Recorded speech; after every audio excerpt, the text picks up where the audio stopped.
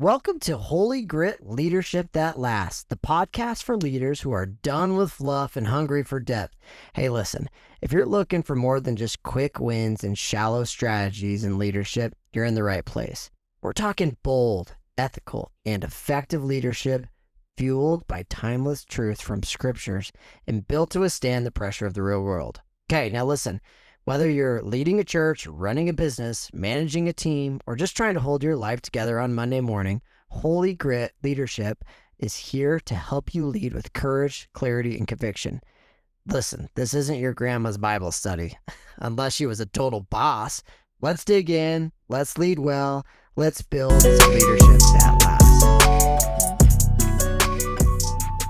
lasts. Welcome back. Welcome back. Welcome back. I love that song. It's like, welcome back. Welcome back. What song is that? I don't know. I was just saying things. I've never heard that song. Yeah, well, And it's because you're not cool enough. People So- tune out. Amazing. Well, welcome to Holy Grit Leadership That Lasts. I am your host, Gene, and this is my co-host, Matt. Remember, I am the awesome, more better-looking, handsome superintendent of a local school here in Nebraska, and Matt is a amazing, big-time, mega local pastor here. And we are ready to deliver episode 6 today, Matt. That's crazy. That's good. I like it. I'm enjoying it. Me too. This has been amazing for my own just kind of leadership development. And speaking of development, our episode 6 today is all about walking with the disciples, how to develop a healthy culture. Okay. This honestly is one of those episodes that I think will really help a lot of teams. At New Hope, our goal is like, we want a culture that is life-giving and full of hope. And there are cultures that either, that will do the opposite of that. So you have, the good, the bad, and we want to be there where we're helping each other and it's life-giving and not sucking the life out of you. Yes. The old workforce life sucks, doesn't it, sometimes? Yeah. And that's a big aspect of what this episode is all about, is how do you develop a healthy culture, whether it's within your classroom or in your hallway or in your business or at home. What are some of the principles that that Jesus used when he was walking with his disciples that helped develop this amazing passion to continue to seek Christ, to continue to seek just a better way of doing things in the workplace? And so I've got some questions that I'd like to kind of hit on. But one thing before I get started today is I want us to think about this. Culture isn't just built in a day. It's built every day by what we tolerate, by what we celebrate, and by what we replicate. Yeah. And everyone likes to think of culture as this just nice finance line that keeps going up and up and up and up and up, and it just gets better and better and better. But in reality, it's the stock market. It goes up, it goes down, it goes up, it goes down. And hopefully over time, it continues to get better. Culture is a messy thing. It is. It is something that you have to be intentional with. It's something that you have to understand and really make an effort every single day to improve and get better. Yes. And so my first question to you is just when have you seen culture unintentionally go sideways, even with good intentions? Right. Here's when a culture becomes all about production and not about relationship.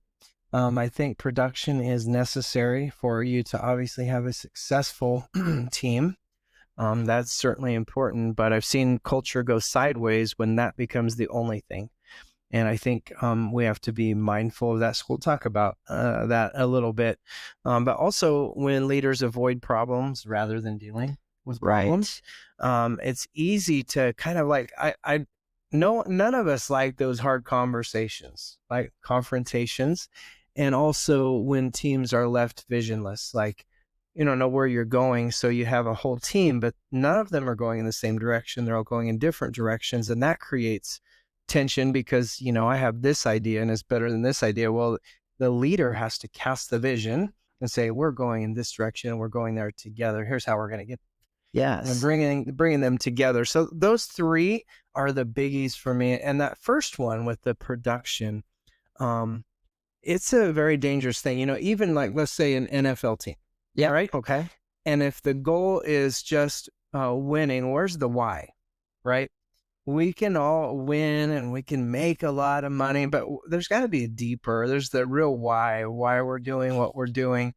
And everybody has a why, but the team that you're with, you have to say, okay, here's our collective why. Right. Like the Raiders, Al Davis just said, win, baby. Al Davis said, win, baby, win. But, the Raiders haven't really won that much No. at all. So you might be onto something a little bit to it's not all about winning. And I think culture is something that we need to identify and explain. Yeah. Because if you believe that culture is about everyone just getting along every single day, everyone smiling and being nice every single day, that's not culture. No. That is watching a child television show where you're on a cloud full of ponies and rainbows. What we're talking about is a battlefield. Yeah. What we're talking about is grit, grind, and worship. And it's something that is hard and it's messy and it's amazingly beautiful all at the same time. Yeah. And that is what we're talking about culture is. And so one of the first points I want to bring up today about how do you develop a healthy culture, the very first thing you do is you Picasso that thing. I'm going to call it the Picasso way. You paint the picture of what a healthy culture is going to look like. Yeah. So like you said, you have to understand the why. So what's the New Hope culture? What do you want people to feel like? What do you want it to be like? You tell me. So we have a word that runs throughout our church DNA, and it's in our name. It's in our vision statement. It's in our mission statement, and that word is hope. So the name of our church is New Hope. Okay. Our vision slogan is advancing hope, one soul at a time. At the end of our mission statement, we talk about advancing the gospel, and so that we give hope to others, the true hope in Christ. So I think for us, when you talk about culture, we want a culture that is bathed in hope. Yeah. When we have people come through the doors of our church, we want them to feel loved and welcome. And we want them to leave there every Sunday with hope. And when our staff comes to staff meeting, when we work together, that word is kind of woven again into our DNA that we're about hope. And that includes with each other on a day-to-day basis, that we are speaking life to one another, that we're speaking hope. And so that is like, if you're painting a Picasso picture, yes, for us, it says hope, and it looks like hope, and it feels like hope, and it sounds like hope.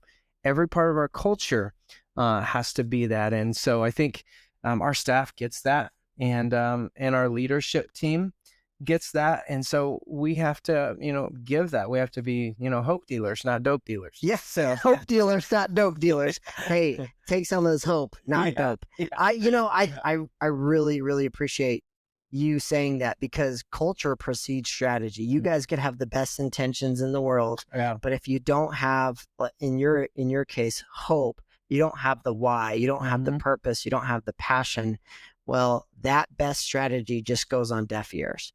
Right. And so, part of developing a healthy culture is modeling it yourself.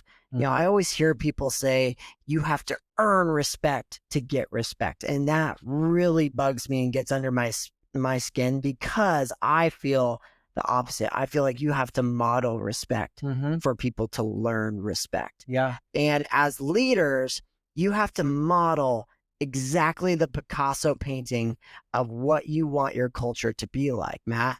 And that's something that I have taken into my daily leadership practices. If I am looking at my leader, what would I want them to do in this situation to make me feel hopeful, to make me feel excited, to make me feel like what I'm doing matters. Right.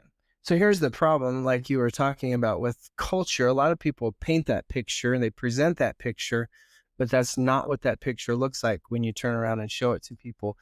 there's unhealth in there. The paint is, drying too fast. The paint isn't the color that it's supposed to be because we're simply putting an idea out there, but we're not following through. And so I think we'll get to that, but I think it's so important not to just talk about hope, but to actually live out hope. To walk with it every single day. Yeah. Jesus walked with his disciples, right? He was right there with them. He was showing them. He was out all day and night healing the sick. And he was showing them what it meant to be a follower of Christ and how to carry a cross, didn't he? Yes, he did. Yep. And so, like, speaking of Jesus, what do you think was the most powerful kind of cultural norm Jesus modeled with the disciples? Okay, so there were a lot of people that were starting to be attracted to Jesus, want to follow him. And at one point, he turns to his crowd. This is in Luke chapter 9, verses 23 through 24. And he said to them all, whoever wants to be my disciple, so whoever wants to come onto my team and follow me, must deny themselves. Number one, Jesus modeled selflessness, and he said, if you want to be on my team, then you have to be a part of a culture that is selfless.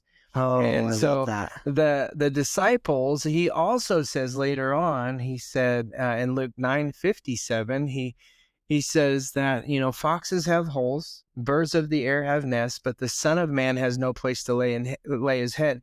In other words, he's saying, are you willing? And this selflessness is lived out in homelessness. Like, are you willing to be a fox and not have a hole, or a bird and not have a den? And so he's challenging his disciples with actually living out the Picasso paint. Like, this is what it looks like. And he put it in very plain terms for them. Are you willing to be homeless for me? That's what selflessness looks like. Wow. And that's an amazing picture, because we talk about in my own family as like a dad and a husband, and we say, hey, in this family, right? So that's identifying your DNA.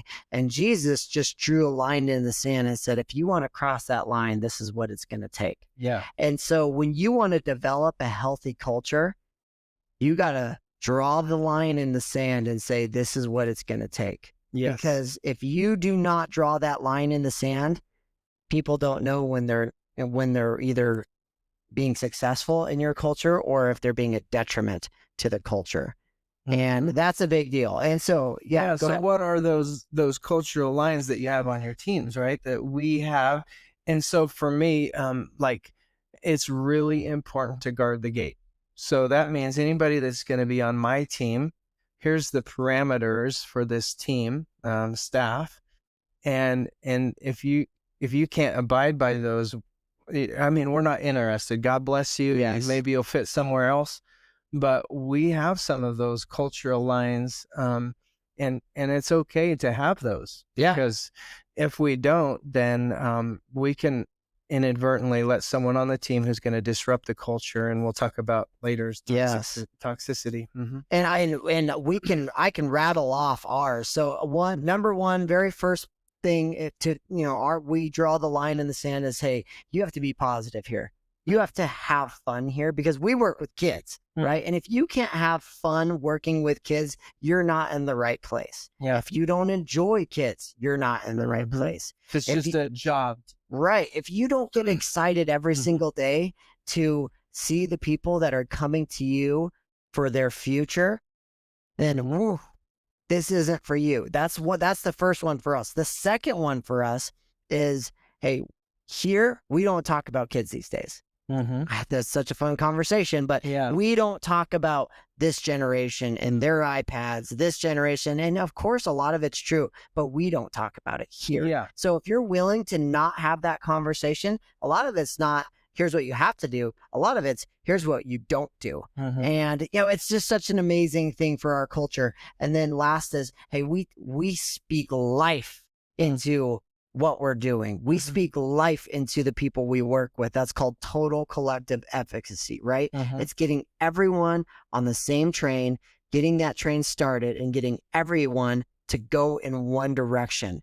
And in order to do that, you have to speak life into the people you work with, into the custodian, into your leader into the person that's laterally right beside you. And when you truly believe that everyone is in it for the right reasons, Yeah. it's Would you electric. talk about one of them? I know for you guys is the no meetings behind meetings. As for us, that would be gossip. Yeah. How does that flesh out? Talk about that one a little bit. Yeah. So after we have a no meetings behind the meetings policy, it's not rocket science. So when we have a meeting, we look for people going into the same room after the meeting 3, 4 at a time and shutting the door. So we say don't do that. Leave your doors open so everyone understands that they're taking a stand on we're not going to talk about or disagree what just happened in that meeting, because we give everyone the platform to say, hey, I don't think this is right, or hey, I think we're going in the wrong direction. And when you give people the ability, that develops to the ability to disagree and have good discussions. And everyone always thinks a long, healthy discussion is a disagreement. It's not. It's challenging. It's being able to say what is the best possible pathway, and that is not always easily thought of. Yeah, it takes time. And so we do that. We say no meetings behind meetings because we don't. So want how to do you be identify a person that may be prone to that? Like, it's a hard thing to do in a hiring process, but yeah. So the people that are very prone, and I would actually say it's not a hard thing. Ask them about their prior job. Ask them about the people that they worked with in their history and see what they say. Are they speaking life into the place that they chose to work at for a couple of years, 3 years, 4 years? Some red flags are the ones that are there 1 year, 1 year, 1 year, 1 year, and they leave and they haven't held a consistent position for a long time. That's a big red flag. Any red flags for you? Yeah. So we, as a church, obviously you're trying to hire somebody who's a born again Christian. That's a number one on our staff. But beyond that, when you look at people, I call churches that they've been at in the past, just like you would any other job. And I try to call churches that they don't know I'm going to call, even though they put ones on the reference. I will call a church that I knew they were at, and because I want to get as much information as I can, because you're bringing a person into your family, essentially. It's like somebody who's going to be kind of in your inner circle, and it's important that they're on the same page. And so for me, when you're thinking about bringing someone on, it has to be very well vetted. Like, you can't make too many phone calls, in my opinion.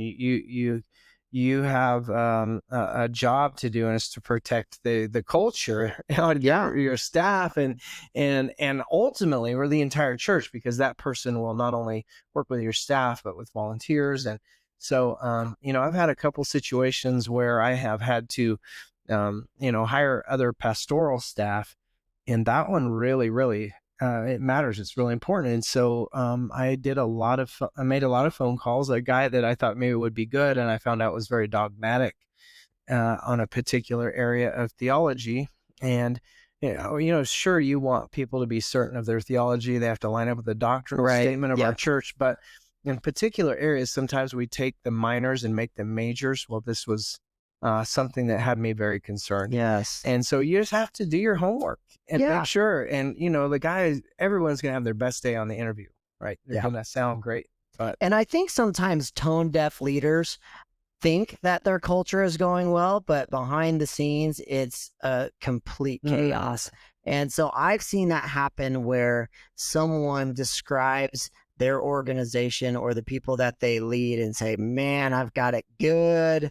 It's going well. And then you talk to the people in their organization and they're like, Mister, get me out of here. So that's a big problem, is as leaders, you can't be tone deaf to your culture. You have to be able to be in tune.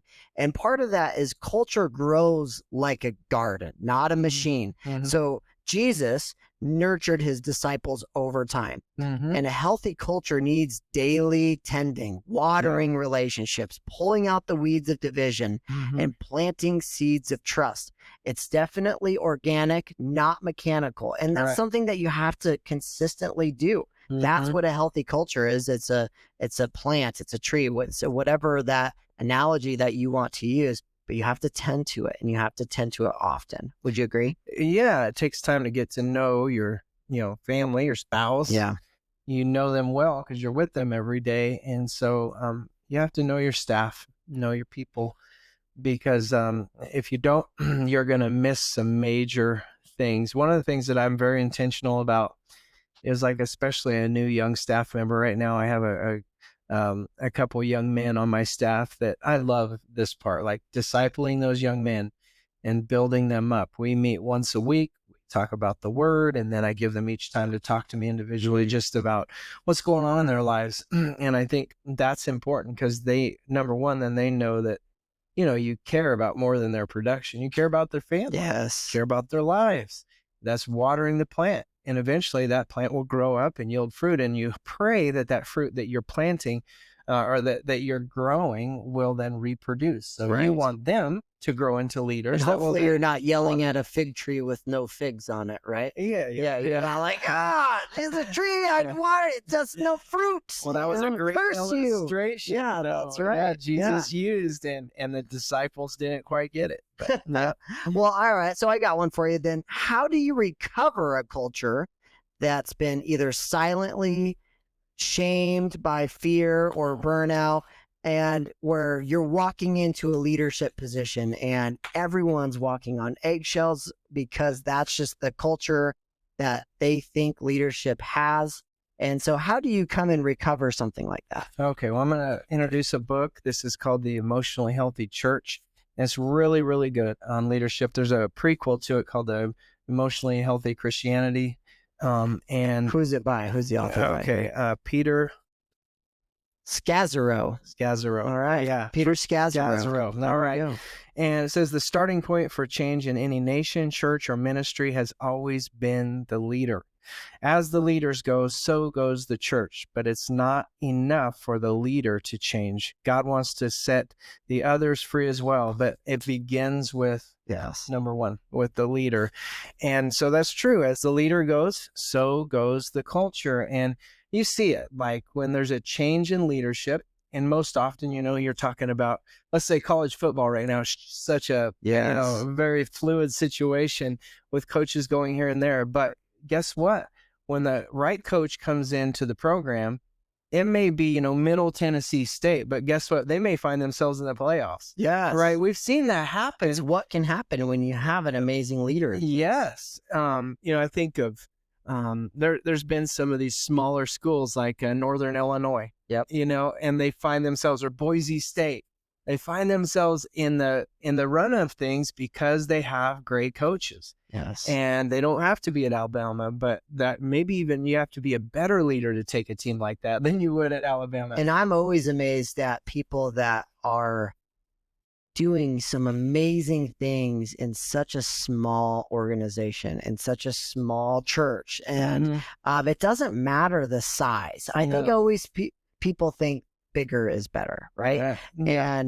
And in some ways that might be true, but in most ways, if you can be dynamic and impactful and instill hope in what you do every single day, it's going to have a big, long-lasting impact. I would say in all circumstances, it doesn't matter whether you're in a big church or a small church or a big school or a small school. If you're just doing your job and doing it to the best of your ability and you're being faithful, that's what God asks us. He gives us all different sizes of things, and he says, just be faithful. It's like he's on the side of this mountain, and the disciples come to him and they're like, hey, Jesus, we need to feed this crowd. And what does he say? He says, what do you have? And they're like, what do you mean we have 5 loaves and 2 fish? All Jesus wants is for us to give him what we've got. Yeah. And he'll take it and he'll multiply it and he'll make it work. He'll make the miraculous happen. And so I think that's what we have to look at our positions as, like our talents and our gifts as leaders, is say, God, this is what I've got. I want to grow in this, but God, I'm going to give it to you. And I want you to do what you can do with it. And it's an amazing thing when we yield to God in that way and let him take control of even our leadership, wherever we're leading at. God will take it. He'll multiply it. He'll make it grow if we're doing it his way. Well, and that kind of goes back to, okay, this is we recognize that there's some things wrong with our culture, and we're just going to address it right now. And we're going to draw the line in the sand. We're going to say, this is who we are. This is how we're going to get there. And that kind of goes back to, what do you got? That's the 5 loaves, 2 fish. Hey, here's the line in the sand. What do you got to bring over here? Yeah. And I love that illustration, because really the next question that I have jumps right into that, is just, what's the difference between unity and uniformity in a team culture? Yeah. So in Acts chapter 4, there's the group of disciples really starting to grow and do life together. And it says that they were one in heart. And doesn't mean that they all rooted for the Huskers. Right. But they should have. What it did mean was that they all had the same mission in mind. They had the same goal in mind. It was to spread the gospel of Jesus Christ and grow in their relationship with him, just to glorify God. That was the mission. And, Jesus left them with that in Matthew 28:19. Therefore, go into all the world and make disciples of all nations, baptizing them in the name of the Father and Son and the Holy Spirit. A very clear mission statement for every Christian. Yes. And so that's what they were doing. And they were one in heart and mind. And they were sharing with each other to help each other accomplish that mission. They were being selfless. Yes. They were selling land and bringing it to the apostles, saying, how can we use this to fulfill the mission? And so that's what a team looks like, right? That's what that looks like, to be unified, to have unity on your team, moving in the same direction. I can't remember what your question was. The difference between what? Unity and uniformity, because sometimes we set that and someone's like, yeah, I'll just do that. And they're just kind of going through the motions, but it's not necessarily, I'm all in. And, I love it when we are really digging our nails into something, at the school system.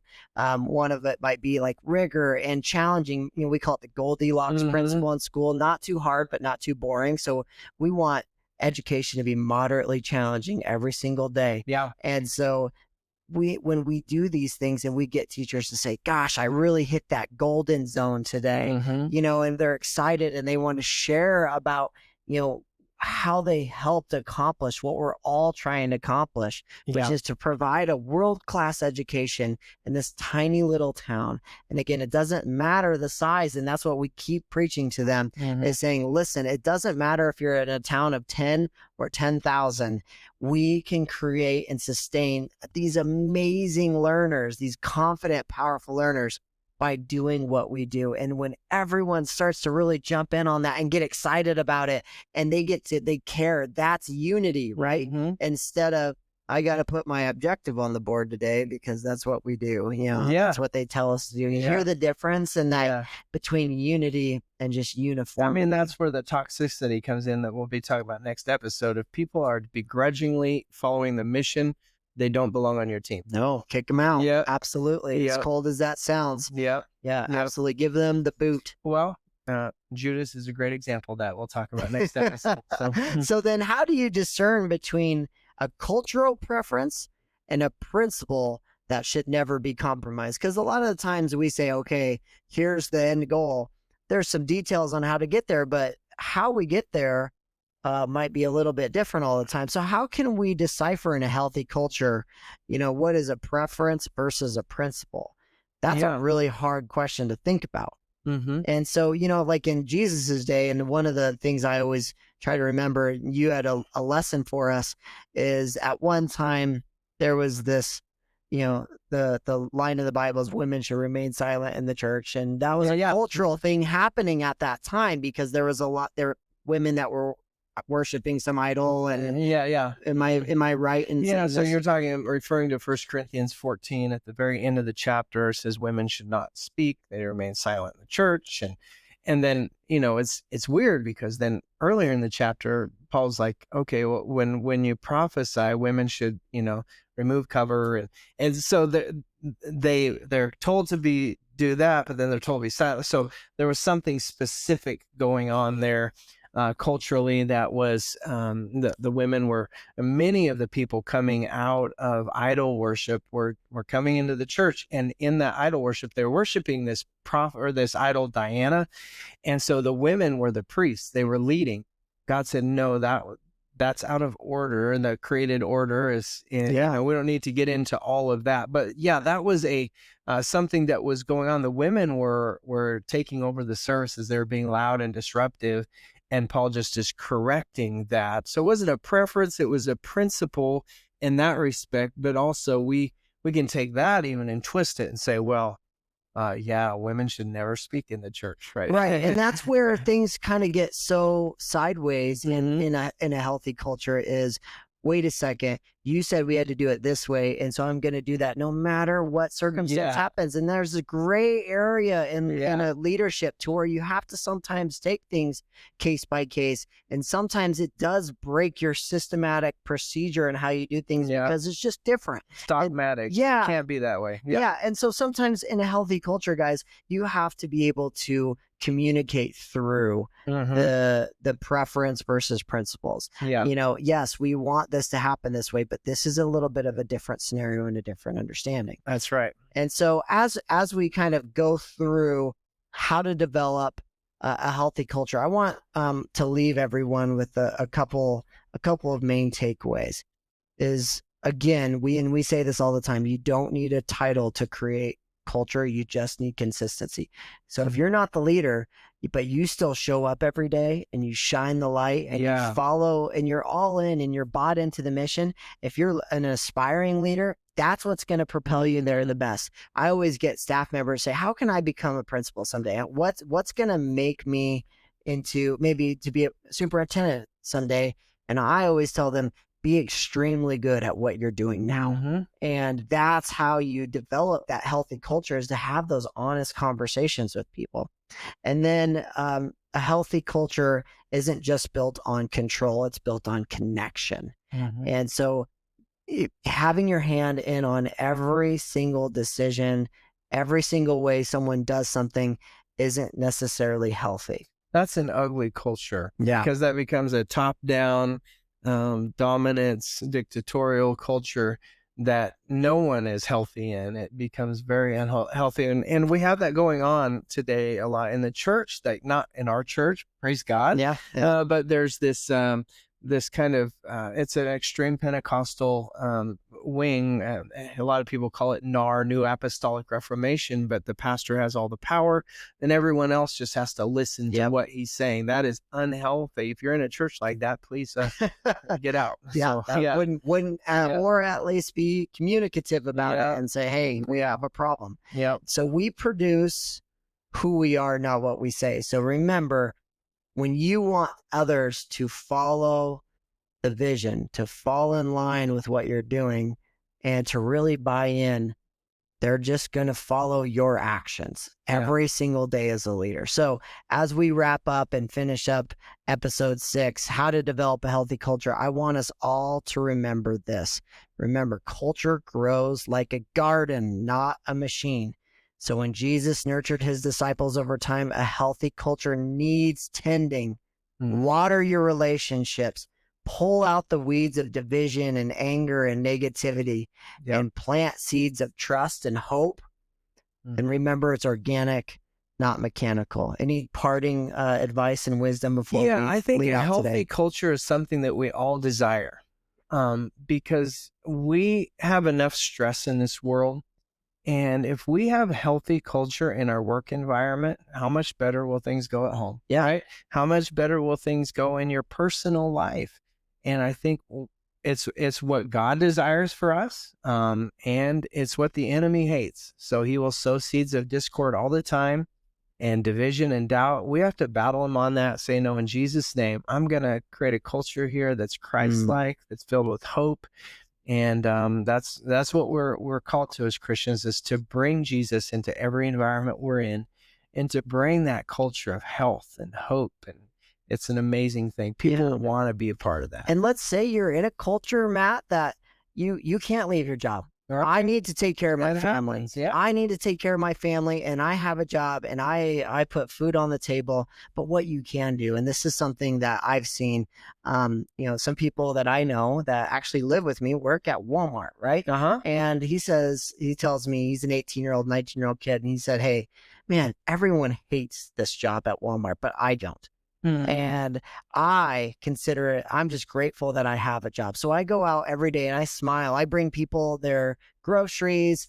When it's my turn to take care of the aisle, I'm like skipping and like saying hello. And I'm choosing that. And now, since I've been at this for months, more and more people are starting to want to work next to me. More and more people are starting to have more of a positive outlook on life. So let's say you're involved in this not a healthy culture, you can be the exception to the rule. You can be the change that you want to see. Absolutely. And so that's one of the things that happened to Sandy and I early on. We were thinking about leaving a cultural environment in a church setting that we were struggling with. We prayed about it. We asked the Lord, and the Lord said, "Stay and be the change that I want to see." And so we have to be the change.